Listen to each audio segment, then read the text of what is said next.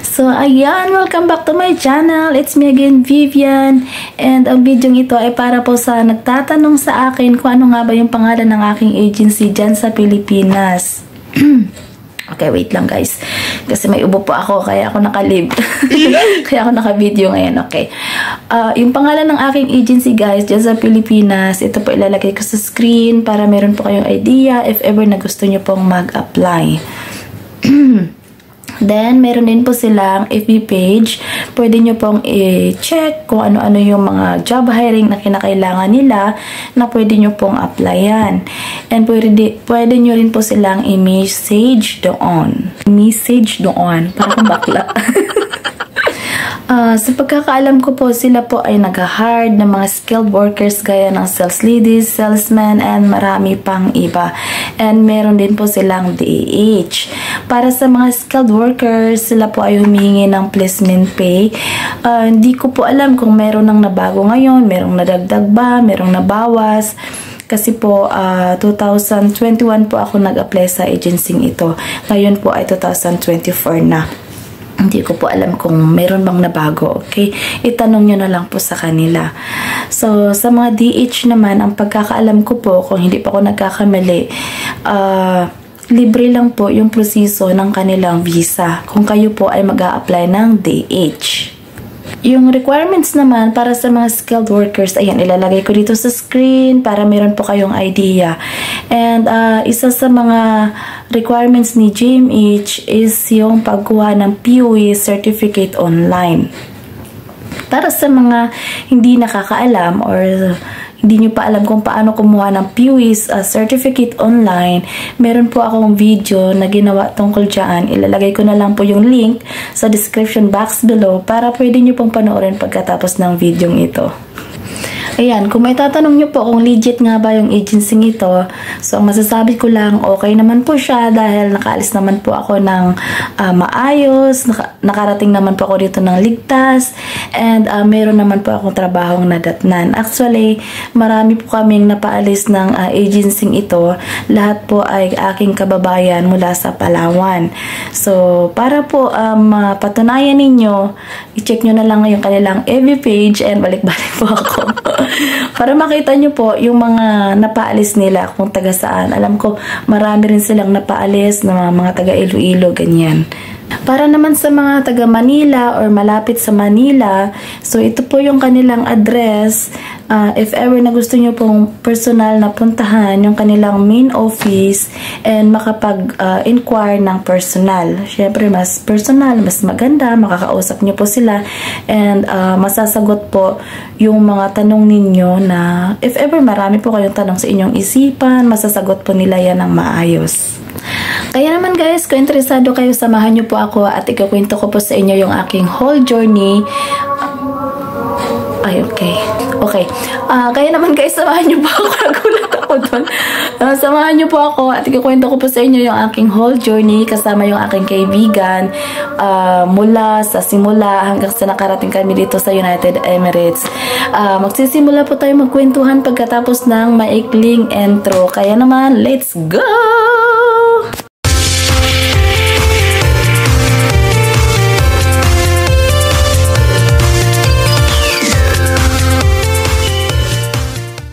So, ayan, noon po, isa sa mga requirements ni GMH ay ang vaccination certificate. Hindi ko lang alam kung kailangan pa yan ngayon. So, then, nagpa-picture din po kami ng whole body picture, white background, and nakasuot po kami ng formal. Then, after 1 month, dumating na po yung aming MOL or Ministry Overseas Labor contract. So, agad-agad po, nagpa-medical po kami, nagpakuha po kami ng aming dugo para po sa hepatitis, HIV, and para po sa aming X-ray. Yung result naman po niyan, in-email na lang po namin sa kanilang email account. Then, siguro yung nagastos namin dyan, not more than 1,200 pesos. Pero yung nagastos naman namin sa medical guys, ibabawas naman po nila yan sa 55,000 na placement pay namin. So, after 1 month, nag-message po sila ulit sa amin para sa processing ng aming visa. So nagpadala ulit kami ng another 5,000 sa agency para nga ma-process na yung aming visa. Then actually tatlo po kami nag-process ng aming visa niyan, sabay po dumating yung aming MOL at kaming tatlo po ay puro kami taga Palawan. So pero nung naipadala namin yung 5,000 para sa processing visa, nauna po dumating yung aming entry visa ni Rosa, kaya naman itong si Richelle ay nahuli po siyang nakaalis. So nung dumating na po yung aming entry visa, nag-message ulit sa amin yung agency na kailangan na namin mag-prepared at kailangan na namin ibigay yung balance namin doon sa 55,000 na placement pay.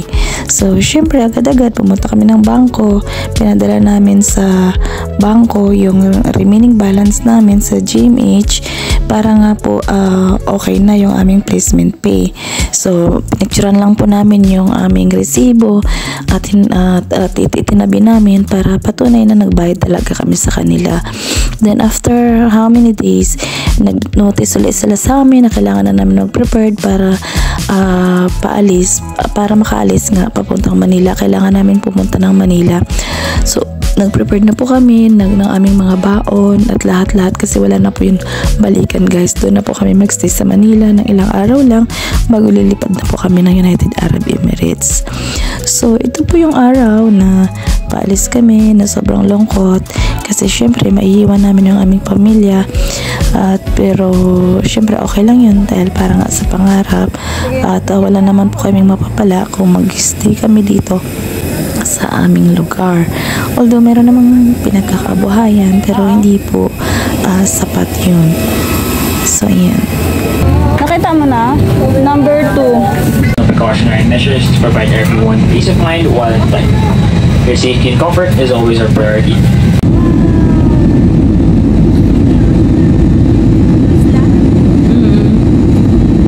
As heavy items may have moved during the flight. If you require assistance, please remain in your seat until all other passengers have deplaned. Thank you for flying Cebu Pacific.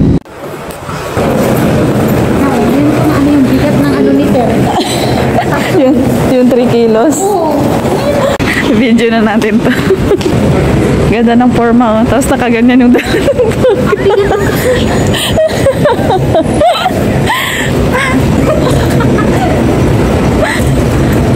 Talaga may bayad ito,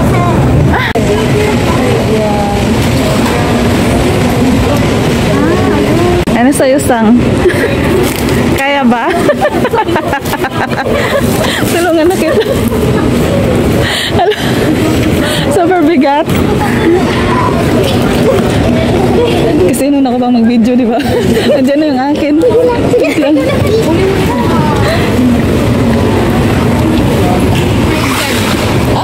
Oh, excuse me.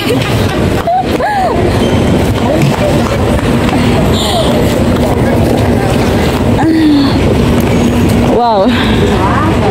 Bigat. Ayan, hinabol ko pa. Kaya mo? Ako doon na. Bantayin ko muna yung bagahe mo.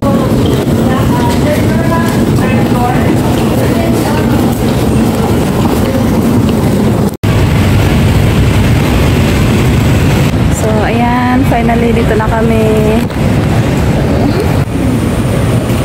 So ito na nga guys, alas 10 na ng madaling araw kami nakarating dito at muli magpipila kami para sa Yellow Cab kasi dyan po kami sasakay papunta doon sa address ng aming agency.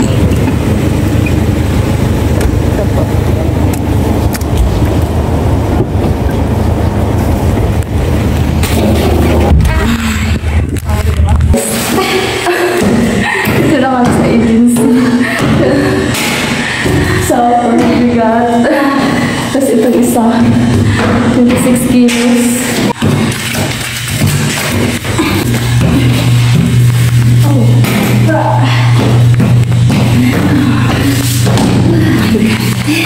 Ang sakit naman ang katawan natin nito. Sir, makita mo sa video namin, sir. Nagtakpak ko.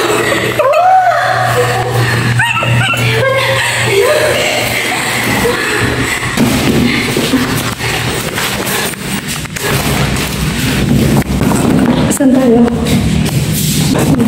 Ito na yun? Sure, ito na yun. Kararating lang namin.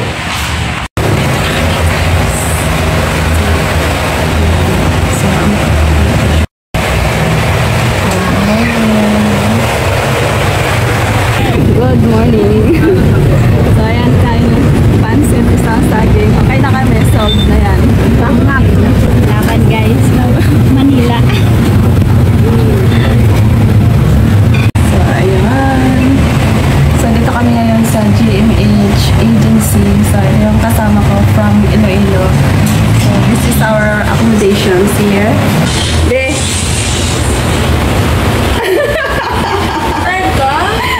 Hindi! Nung nakakain ako ng biscuit, tapos naginom ako ng tubig. Parang nagliwanag yun. Pinawisan kaya ako ng ano nun, malamig. Oo. Tiniis natin yan. Kahit alam natin gutom. Ayos yan. Tingnan mo kung maganda lang. Wala lang tayo. Wow, sama ko. Eh, ano tayo? Wasting siguro ay. Gusto iba ba yan? Ikaw, anong kabang mo sa aficionado? Sino yan? Si Say? Wala kasi sa Palawan. Kaya dinipit ko yan. Ay nako, ito nga lang binili ko kasi na wala na talaga ako. Wala, grabe ang dami ng lotion. Ako may lotion. Parang ako maubusan ng lotion. Ewan ba? Uy, huwag ka mag-ubus-ubus ha. Ha? Ako mapitilo lang ako. Kaya sa labas parang mayroon ng pakain natin. Suot ka naman crop top ko dahil.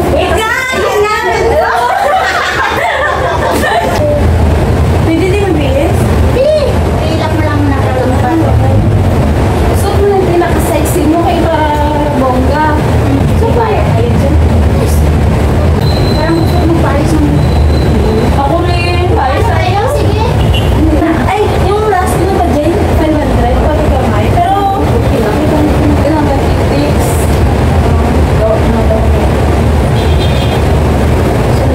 Sa din kami sa Giparas. Sa Flores. Pati yun daw. Mabango ba? 60 akin, 68. Ay, 60. Gusto ko yan. Dalawa yung mabango ko. 60 na yan. Ay, kaso hindi ko nadala yung Hindi lalagyan. makapit. Makapit na dati. Ay, tatlong araw na sa damit na yan. Ito yan. Pero, hindi siya masyadong sakit sa ilong. Hindi. Yung Diba? pinalo kasi na tayo yung yan na kanis. Ito, amo niya na lang doon eh. Galing na natin sa biyahe. Tatlong araw na. Dito pa. Ano to pa bang Happy everywhere. Mag-tiktok pa lang. Hindi ako marunong. Oo.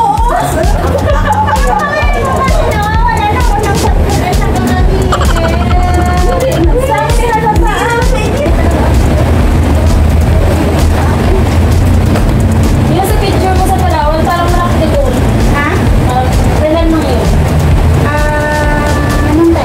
Parang malaki siya doon yung...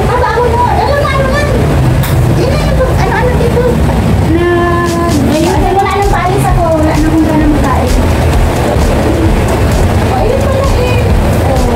Alas ka na lang. Kaya hindi ka na nakapunta ng isa mo.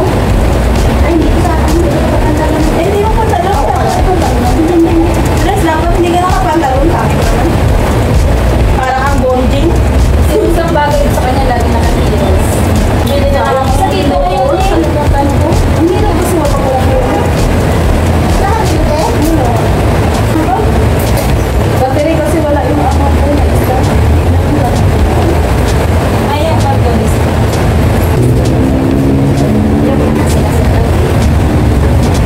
Hala, ganda pa pala ito. So, ayan guys, bumibili sila ng gamot at saka vitamins para magamit namin sa UAE.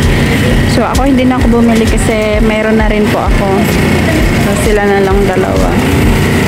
Yung kasama namin, yung naka-black, mamaya yung flight niya 7 p.m. Pero aalis siya dito sa accommodation namin ng 1 p.m. Tapos kami ni Rosa, yung naka-dress, ay bukas yung flight namin. Aalis kami ng accommodation 6 p.m. Pero yung flight kasi namin ay 12. So, yun. So, ito yung oras na gala gagala namin para ma-enjoy namin yung pag-stay namin dito sa accommodation. So, see you later. Video to ga.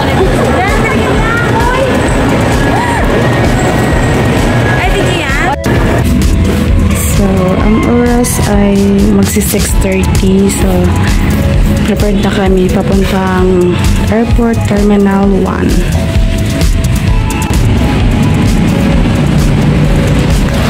So, ready na. Tara. 730 ang oo. Pero ang alam mo niya kung overload ka rin sila. Yung iba kasi nasa yung umaray at overload. Yung ibang dilata kasi nila. Mabibigyan. Wala naman kami dilata. Kaya yan. Ito kasi pwede ko na itong bitbitin pataas sa neighborhood. Yan, kaya ito na lang. Tsaka nakaraan 26 lang din yun eh. Overall, ay ano mo, overall na yun, diba? Oo. So, nagdagdag 26, 30. Wala, yung pinamili mo, wala yun ano, wala yun abot ko ng kilo. Kunti lang yun. Inara siguro. Ano ba tayo mga pantig? Tara. Bye! Sige, bye! So, ayan, room 403.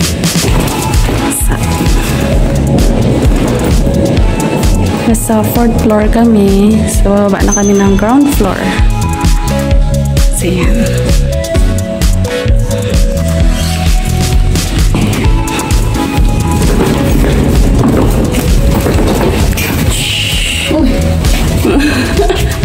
Ang hiro, hindi natin mapindot.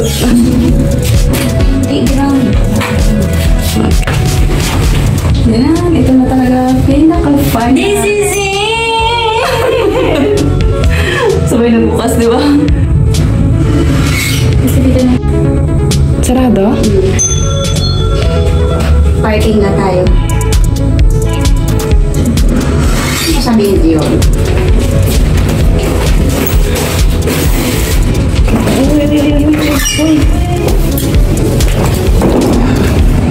Loko tong elevator na to ah. Kaya mo yan.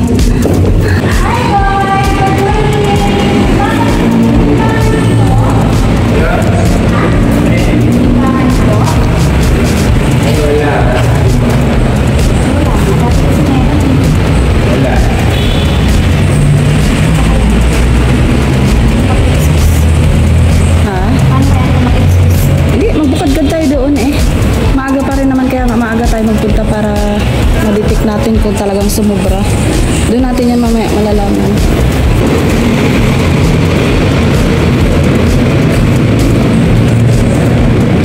Bye po. Baba. So sa harap dito mayroong 7-Eleven. So ayan. So ayan. Andito na kami. Ito yung pinakamalaking building. Ito yung palatandaan yung kulay kulay red na building. So, narito kami ngayon sa 7-Eleven para mag-almusal. Then, pagkatapos nito ay pupunta na kami ng Terminal 1. Terminal 1. So, ito lang yung almusal namin. Mas mabilis lang gawin. Nakita. Iba yung kulay ng sayo. So, bagahin namin nasa labas kasi mahirap siya ipasok. Nakabantay namin kay Kuya. Mamaya, magbibigay naman kami ng pang-merienda ng Kuya. Parang maasim yung kinakain ko siya. Mukha ko. Expression ng mukha ko parang maasim yung kinakain ko. Tanong tayo.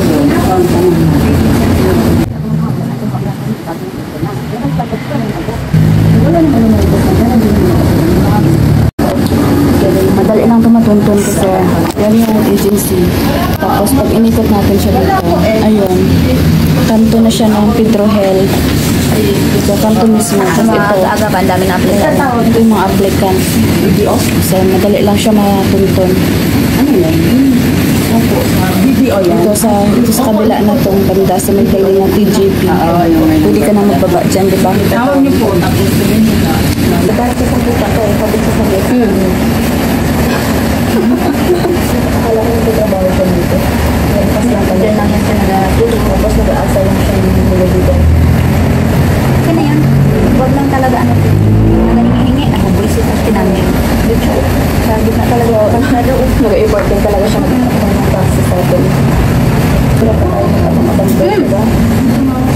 siya. Ano pala siya? Ay na.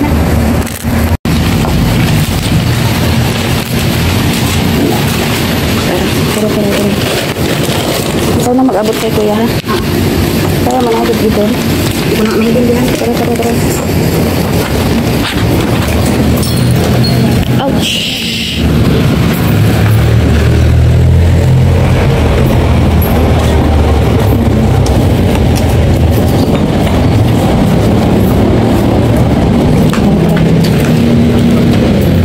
Ay, bag mo open.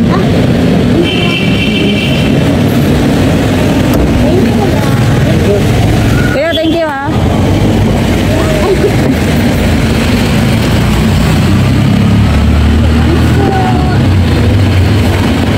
Wait lang po, ha? Saglit lang, kuya, ha? Saglit na kami sa taxi. Buti na lang, inabangan tayo ni kuya. So, ayan. Isang saging chocolate at champurado sold na. Almusal.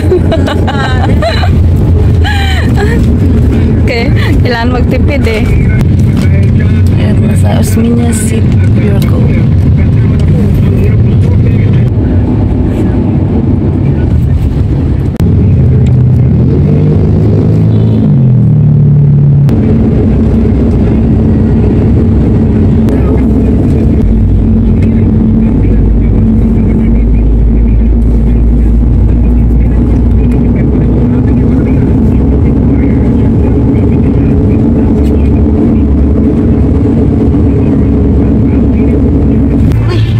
Finally, we are here in airport. So, yan. Saan yung gate 1? Saan yung gate 1? Exit. Saan po yung gate 1, kuya? Oh, yan. Para sobrang dami. Ah, okay.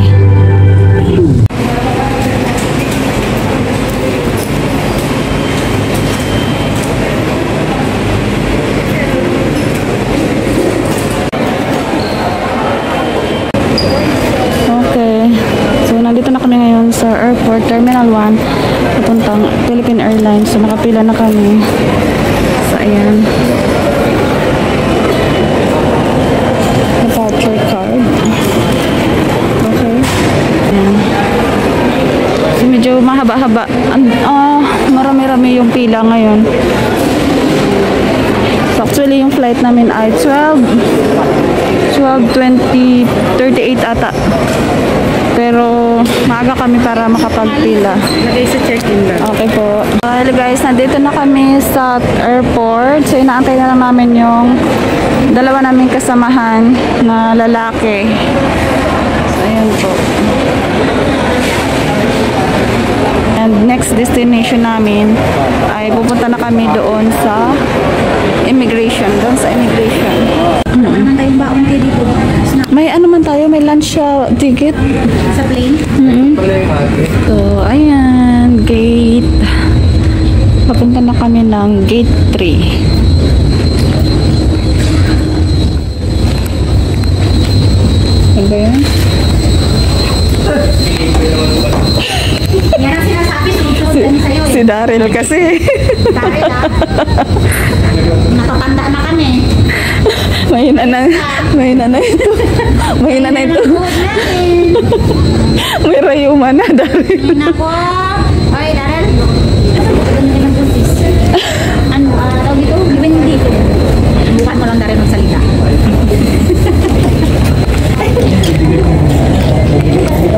Parang ano, lalapit ko dito sa sarili mo.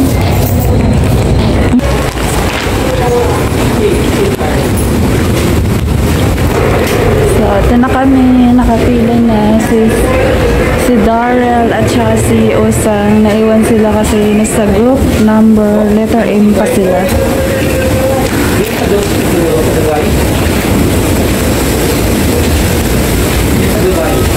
Laki na ano. Ayan na. Yan.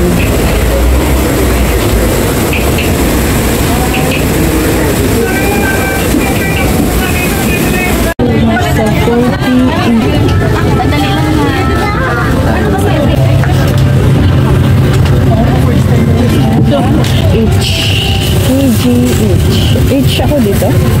So,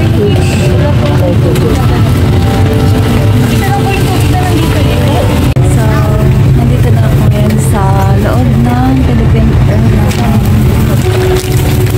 Gamit lang ako headset.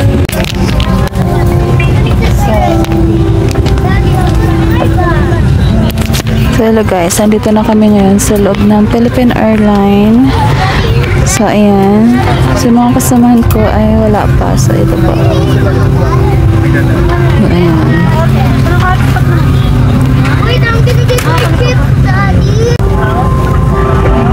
Ang laki. Hindi na siya.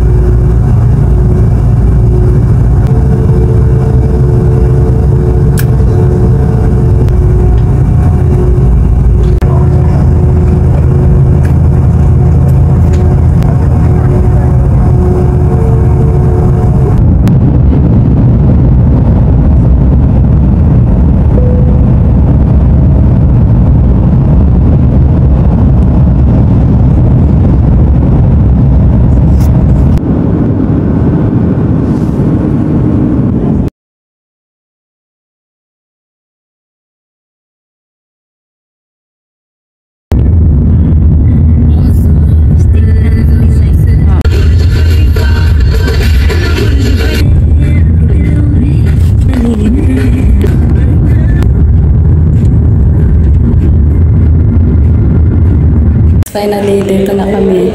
So ito, iniwan na kami ng driver. Binigyan din kami ng food. Pero ang problema, kaya pa kami nagkakatok. Walang nagbubukas. Ito yung aming accommodation. Guys, dito na kami sa accommodation. So dito kami hinatid ng driver. Hindi namin alam kung ito na yung permanent. Pero walang katao-tao dito sa ngayon. Ayan. Kung mapansin niyo po, yung mga kama. Ayan. So, ganyan siya. Tapos dalawa lang kami dito. Tapos yung mga kasama namin sa labas, puro mga lalaki. So mga room doon sa kabila, sa labas, puro lalaki. Tapos napansin ko, parang kami lang dito, dalawang babae. So nakakatakot kasi walang signal. Hindi pa namin alam anong gagawin namin. So ayan. So ayan, ito yung ayan, hindi pa naayos. So hindi ko alam po ito talaga yung accommodation namin or temporary lang. So hindi rin namin alam kung sino kontakin. Guys. Ito, nakatulong din. Good morning. Sinaba kami sa hindi namin alam. Meron siyang lababo. Ito. Hindi ko alam kung may tubig. Sorry. Meron naman siyang tubig. So makaka-toothbrush kami ngayon. Dito. Iba yung klima. Dito kaysa sa Pinas. Pagbaba pa lang natin ng aeroplano, di ba? Nasa taas pa lang. Oo.